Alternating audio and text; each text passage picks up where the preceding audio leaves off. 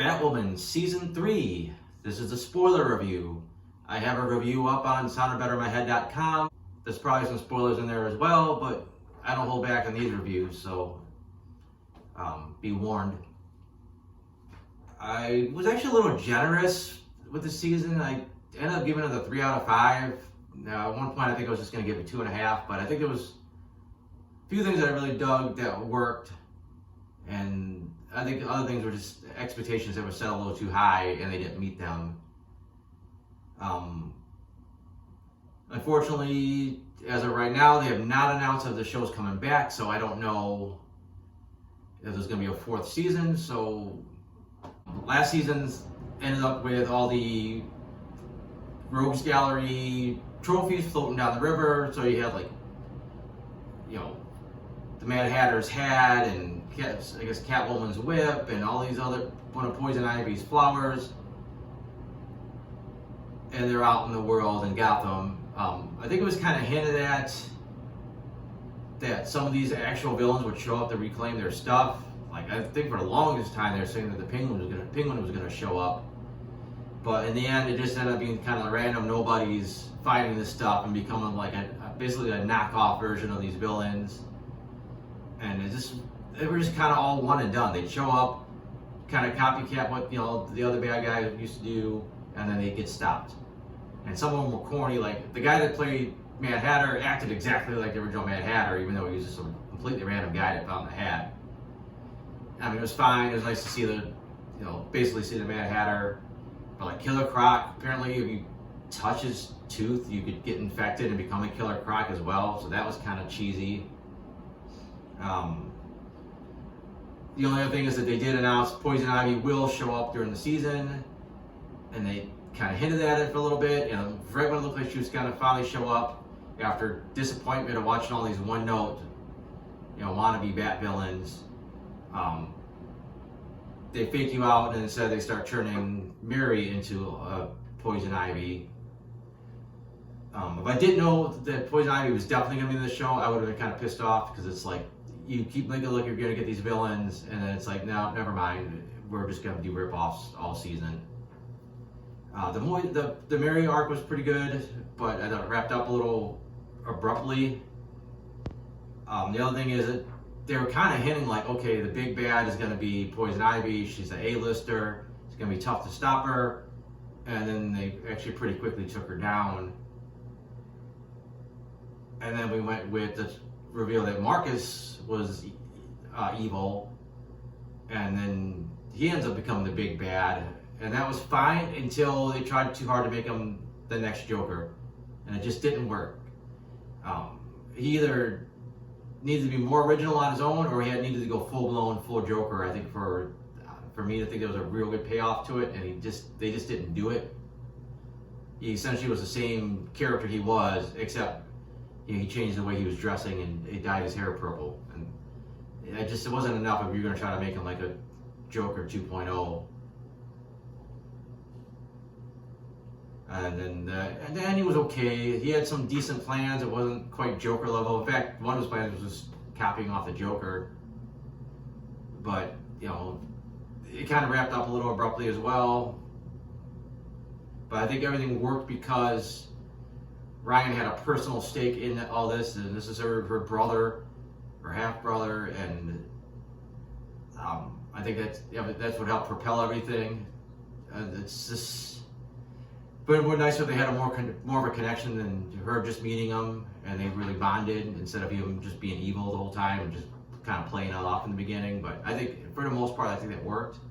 And then getting into the general characters, this season Ryan fully owns the title of Batwoman. Like I don't second guess her. Like she is Batwoman. She is the leader of this team, which is something that she had to struggle with all last season. She felt like last season she felt like a supporting character, where this season she feels like the lead character. Like I said, she had a lot of family drama. I think that really helped give her something to do. She had a relationship with Sophie. And I think that she had a pretty meaty season, so I think she had a lot to do.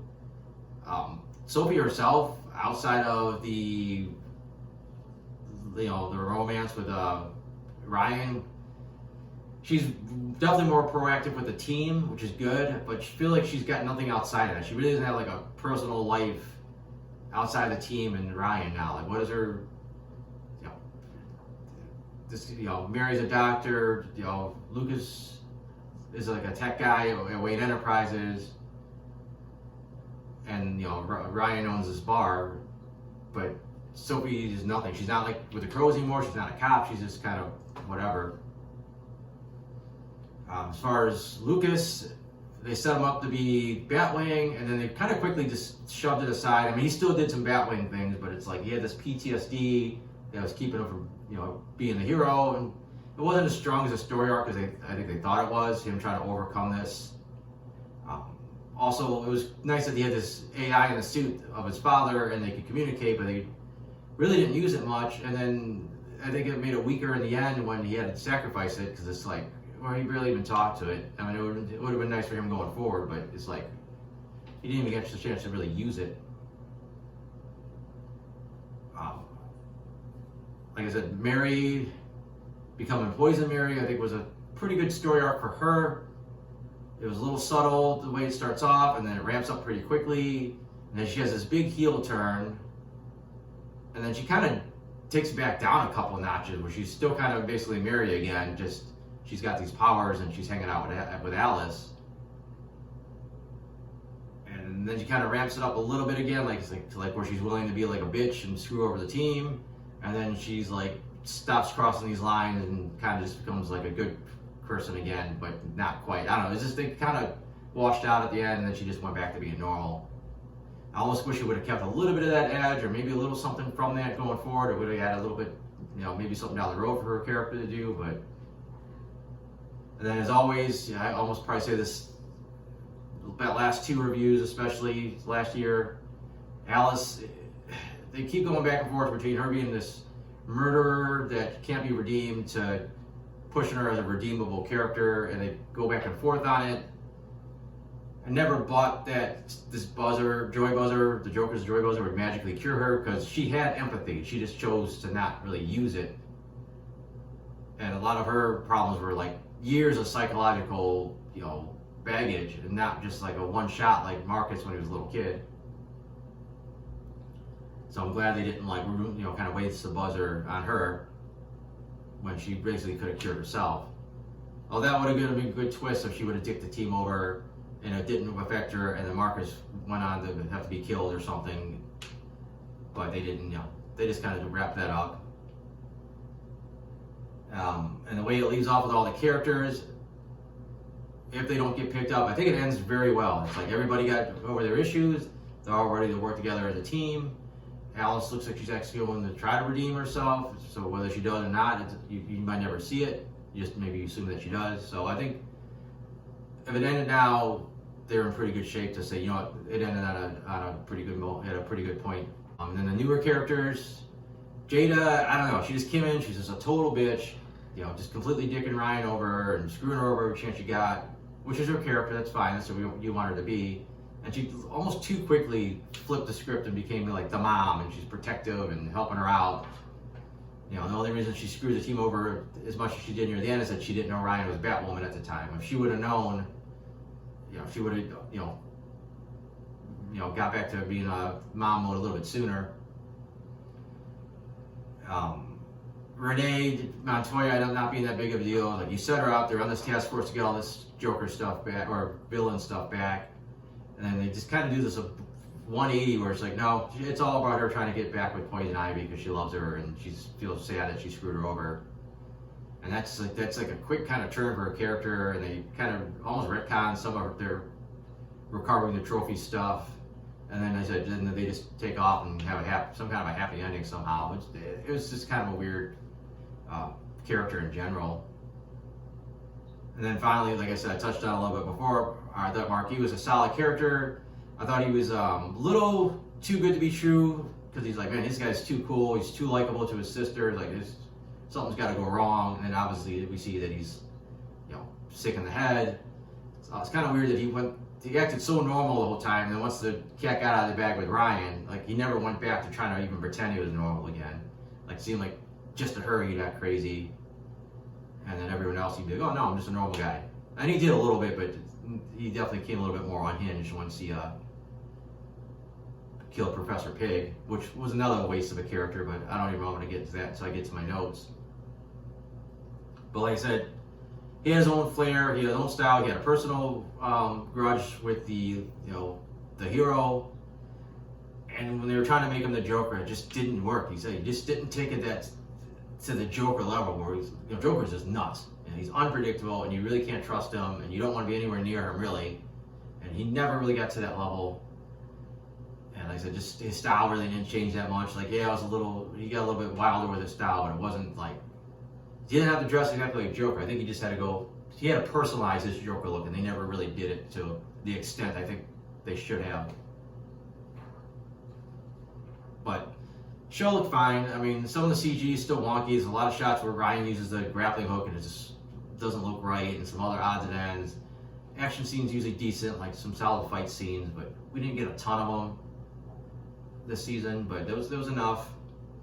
And I think that's the gist of the show. I mean, that's about all I gotta say. I said overall, it had its moments, it had some disappointments, but I think I like the drama between Ryan and Marcus, and ultimately Jada as well.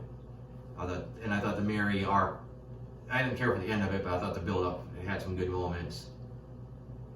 But let me go ahead and go through my notes, see what's worth pointing out. Kind of weird. I don't know how I feel about the whole thing where Alice was hallucinating, like she thought her dad was writing her letter, she was seeing people. Like, they never really explained it, what was making her that crazy. Like, a couple times they thought we knew what it was, and it wasn't. And then she apparently was just fine in the end, and then, she just went to go and get help. Another thing would shoot down the hope of some of the original villains showing up is it seemed like every time they would talk about these new villains, they would tell you, oh yeah, and the original one's dead, Killer Croc's dead, Mr. Freeze is dead. So it's like, okay, I guess they're not showing up anytime, and they just got rid of the rip-offs. And it really confused me because the last time we saw Nora Freeze, she was just a young woman escaping from Arkham. Now she was an old lady. Like, they did explain that whatever procedure he used to freeze her, she aged quickly, but it just really threw me for most of the episodes. Like, wait, did I miss something? Another thing that really didn't go anywhere was the whole Black Love Society. Like, there was this big mysterious thing in the background. You didn't want to mess with them. And then they just kind of like disappeared for a while, and then Marcus caught them all and killed most of them. I don't know, it seemed like it was going to be a bigger deal than it was, like almost like a Court of Owls kind of a thing, and then it just fizzled out. And like I said, I don't know a ton about Professor Pig. I know like a little bit from what I've heard about from the comics. I know how he was in the Arkham games, which I think stuck pretty close to the comic book origin. They did a mediocre version of him on Gotham, although at the end they said it wasn't the real one. But here it is, I guess, the real one. And he was just a disgruntled chef, and he just put on a pig mask and tried to kill people. Like, he just got away from the real bizarre backstory and antics that this guy has in the books. So I think that was a little bit of a waste, especially when you kill him off. If you would have kept him alive, if he would have went on to be like, the villain in the books, it's great. But it's like, nah, he's dead. I said it was nice to see them go against an A-list back villain, like seeing Poison Ivy, using her vines and all that stuff. But you got the one episode where, these vines are throwing people and crushing trucks, and they're pretty lethal. But for some reason, they couldn't seem to get in like a log cabin as long as you like boarded up the door. Like, it seems like they should have found a way in, or they could have busted it. But this is kind of a weak, almost like a plot armor, I guess, for the house. And then they had the moment where Poison Mary meets Marcus as he's becoming the new Joker. I thought that could have been a fun team up, like her being evil, him being evil, and playing off each other. And then she just told him a secret and wandered off. And then he got hit with Ivy's dehydration serum, and I don't know. It seemed like it was designed for her because she's a plant-based being, and that's why you could dehydrate her and you'll be all right. But it seemed like if it worked on a normal human, it should have just killed him. And then again, her being like a plant-based villain, like a drop of water, yeah, I can see that reviving her. But for like a drop of water eventually revives Marcus, it's like, I don't know, just kind of cheesy, I guess.